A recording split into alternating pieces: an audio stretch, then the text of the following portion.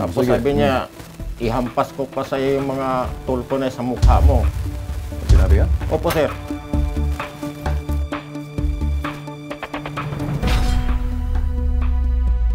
Kung totoo, sinabi nyo, paghampas-hampasin. Ipapakita ko sa inyo kung paano maghampas na mukha off-cam kung totoo. Kung hindi totoo, pues, magpaliwanag kayo.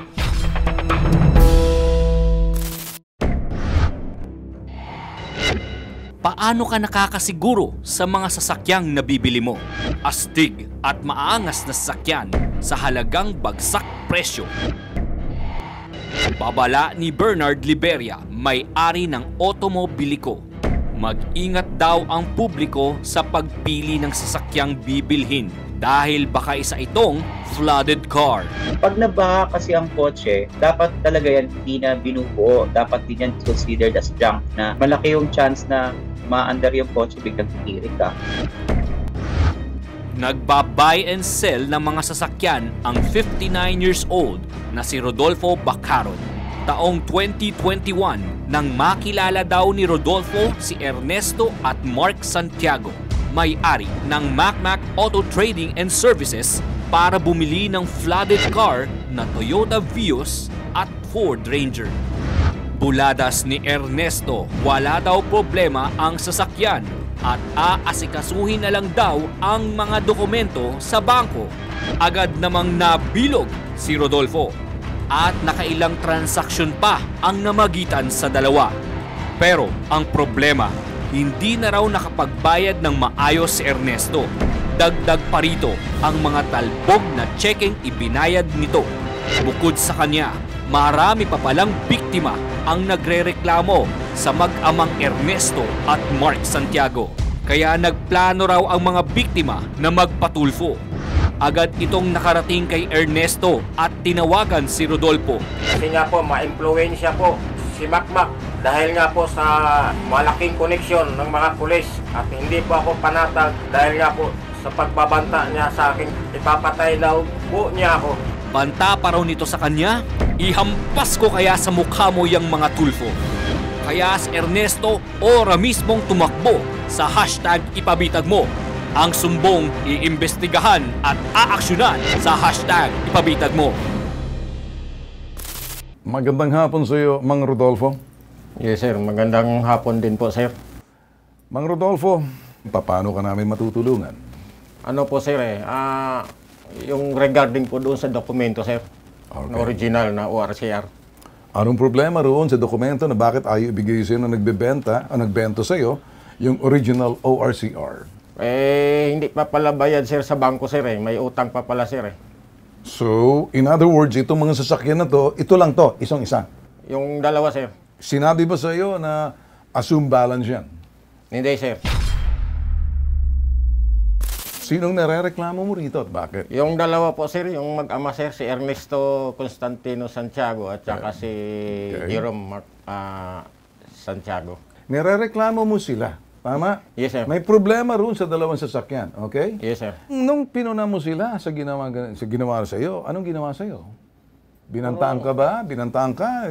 Pinagtatagaw? Nung August 6, sir, around 1 p.m., ang sabi po sa akin ni PI ba? Tapos sabi niya, ihampas ko pa sa'yo yung mga tulpo na sa mukha mo. Sinabi yan? Opo, sir. Bakit naman kami nadamay? Ano naman ang kinalaman namin? Kasi ano po, sir, Okay. yung mga tao daw po kasi doon, sir, ako daw po yung nag-convince na ipapatulpo. Ihampas daw yung mga tulpo sa mukha ko, tapos kaya niya akong ipapatay. Ipapatay niya ako. Ihampas yung mga tulfo sa mukha, sa harapan mo. Yes, sir. Tatlo kami mga magkakapatid. May pang-apat pa. Yung... Siguro may Montulfo, may Ben Tulfo, may Senator Rafi Tulfo, may Secretary Erwin Tulfo. Sino kaya doon? Dinamay kami na wala naman kaming ginagawa. Bagkus kami, taga-tabla, taga-usisa lamang. At para dyan, so anong gusto mong mangyari? Bago tayo mapunta, anong gusto mong gawin natin? Anong matutulong ko sa iyo? Sir, Masingil sana sir kasi Mahirap naman ako maging kolektor, hindi trabaho yan. Ang sa akin lamang, dapat kung anong ipinangako sa iyo, ito pa rin niya. Pero wala sa aming mga tulfo na naniningil ng utang. Okay? Kung may utang man, may ugat yan. So, ang gusto mo mangyari, kung ano yung papel.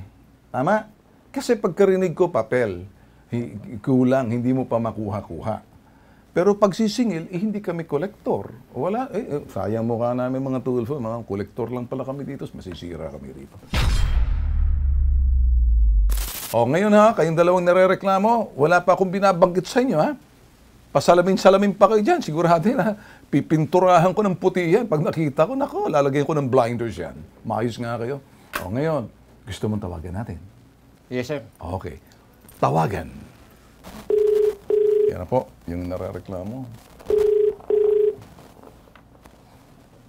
Relax ka lang dyan, kinig ka lang ha.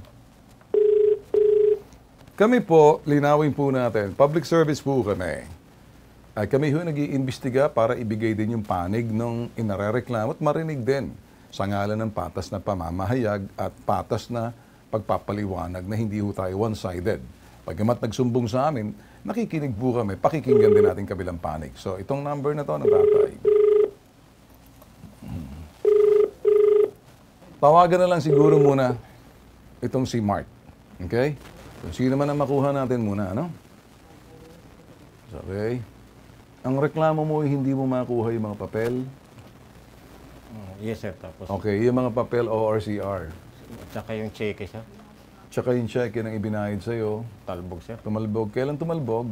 Nung ano sir, last year sir, April. Wala May. na. Pag ang cheque mo talbog past 6 months, hindi mo na pwedeng gamitin yun. Dapat ginamit mo yun. Nagsampa ka ng kaso, bouncing check. Kapag hindi mo sinampa yun, cannot be reached. Give me isang number. At pagkatapos, pag hindi natin nakuha ito, mag-iiwan na ako ng mensahe dito sa dalawa. At iba na. Pag ako nahamon dito, ibang usapan. Kaya lang, hindi ako naghahanap ng away. At gusto ko lang malaman sana kung makausap. Kung totoo ba na yung mga kami pagsasampalin, paghahampasin. Paghahampasin. Sige. Pinakikita po namin na yung telepono po yan, tinatawagan po natin. Hindi lahat ho, po pwede. So, sa parte, hindi makontak yung anak, tanggalin na muna yan. Sige, gagawa tayo ng paraan. Alam nyo na po kung paano bumili ng sasakyan. Di na ho namin tingnan para sabihin sa inyo kung ano. Pag bumili ho ka ng sasakyan, kayo ba'y buy and sell o hindi, alam nyo na kung paano makaiwas. Siguraduhin lamang ng inyong binibili ay sure ball. Kasi pag yan wala pang papel, nangangako sa inyo, huwag nyo nang patulan. I'm tired of hearing sad stories of customer nakabili ng nabahang kotse, nakabili ng yung papeles hindi okay. Most of the sellers na ganyan, they would normally pretend na hindi sila buy and sell. Which makes it also sad kasi in the Philippines, wala tayong masyadong protection for buyers. Dapat hindi nila pinababayaan na yung public maloko. Pag nabaha kasi ang kotse, dapat talaga yan hindi na binubuo, considered as junk na malaki yung chance na maandar yung kotse, biglang titirik ka. Pagdating naman sa papers, ito yung mga papeles na kailangan mo. Number 1, yung certificate of registration. Dapat original. Nandyan mo makikita lahat ng detalye, kung pang ilang owner na, kung saan nagmula yung kotse. Pangalawa, yung registration. Dapat updated siya. Kung hindi updated yung rehistro, mag-isip ka na, bakit siya hindi updated? May problema ba siya? Kaya hindi marehistro? Marami ba siyang utang dahil sa non-contact apprehension? Number 3, dapat yung deed of sale, both parties should be present during the execution of the deed of sale. Kung physically present yung pumipirma dun sa deed of sale, mag-isip-isip na kayo. You're not speaking to the owner. So baka mamaya yung tao binibenta yung kotse kompleto sa papeles pero yung owner pala nakuha lang yung papeles. Nakakatakot yun. Lastly, yung mga financing documents, yung mga release of mortgage, mga cancellation of mortgage, kung kumpanya yung nagbenta, board resolution, secretary certificate. Yun yung mga dokumento na dapat hanapin nila pag bumibili ng sasakyan, pagdating sa mga papeles. Pag wala yung isa doon, problema na sa LTO yan. Hindi mo na maililipat sa pangalan mo, ang ending nun, naloko ka nga. Siguraduhin mo na yung tao na binibilan mo, reputable. Mas maganda, of course, kung bumibili kayo sa mga car exchange. dahil reputable yan, may pwesto yan, hindi yan tatakbo. Nakaregister yan sa gobyerno, may lahat ng permits yan, meron yan. Magdala kayo ng mekaniko. Halimbawa, bumibili kayo sa car dealership, tapos i-test drive ninyo yung kotse. Siguro talagang really safe na pumunta na lang kayo sa malalaking car exchange or dealership para at least ito, makikita nyo yung checklist. Diretso na ho tayo rito sa sa mag-ama. Ernesto Macmac Santiago, Mark Vocal Santiago.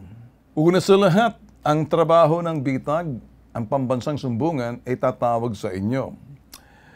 Ernesto Macmac Santiago, ama ka ni Mark Santiago, at ito'y rito tinanggap namin ang reklamo na dapat makuha namin ang panig ninyo dahil inareklamo kayo, karapatan ninyong marinig ang panig ninyo. Pero, ayoko pang maniwala sa sinasabi nitong si Mang Rodolfo. Isipin ko baka nagbibiro kayo. The next time, kayong mag-ama, may mensahe lang ako. Huwag kayo magbibitiw ng salita at makakaabot sa amin dahil ang mga Tulfo, kahit si Senator Raffy, kahit si Ben Tulfo, may public service program na pwedeng puntahan. Kapag binastos niyo ang pangalan namin na ang layunin ay makatulong at pinaglaruan niyo na para bang akala niyo, ganun lang, may balik yan.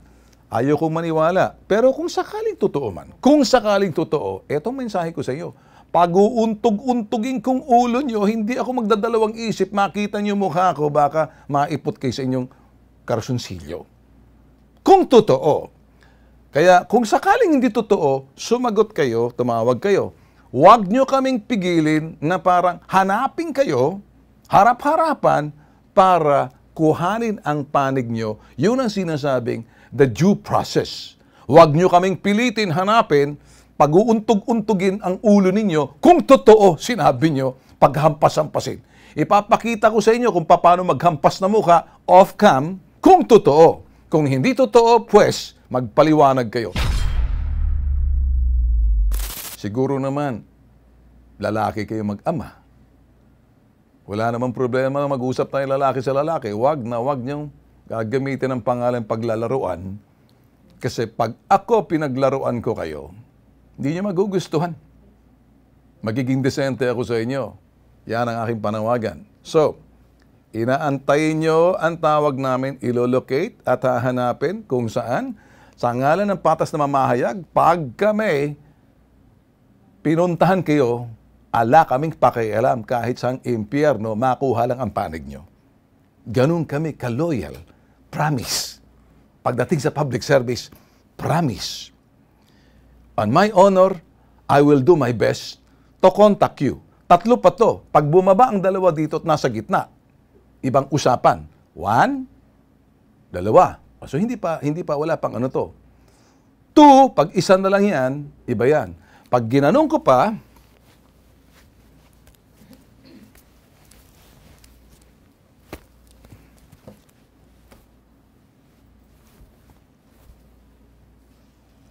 abangan, aragi isang pambansang sumbungan. Tatrabahuin namin to. O, relax ka lang, huwag ka matakot. #, ipabitag mo.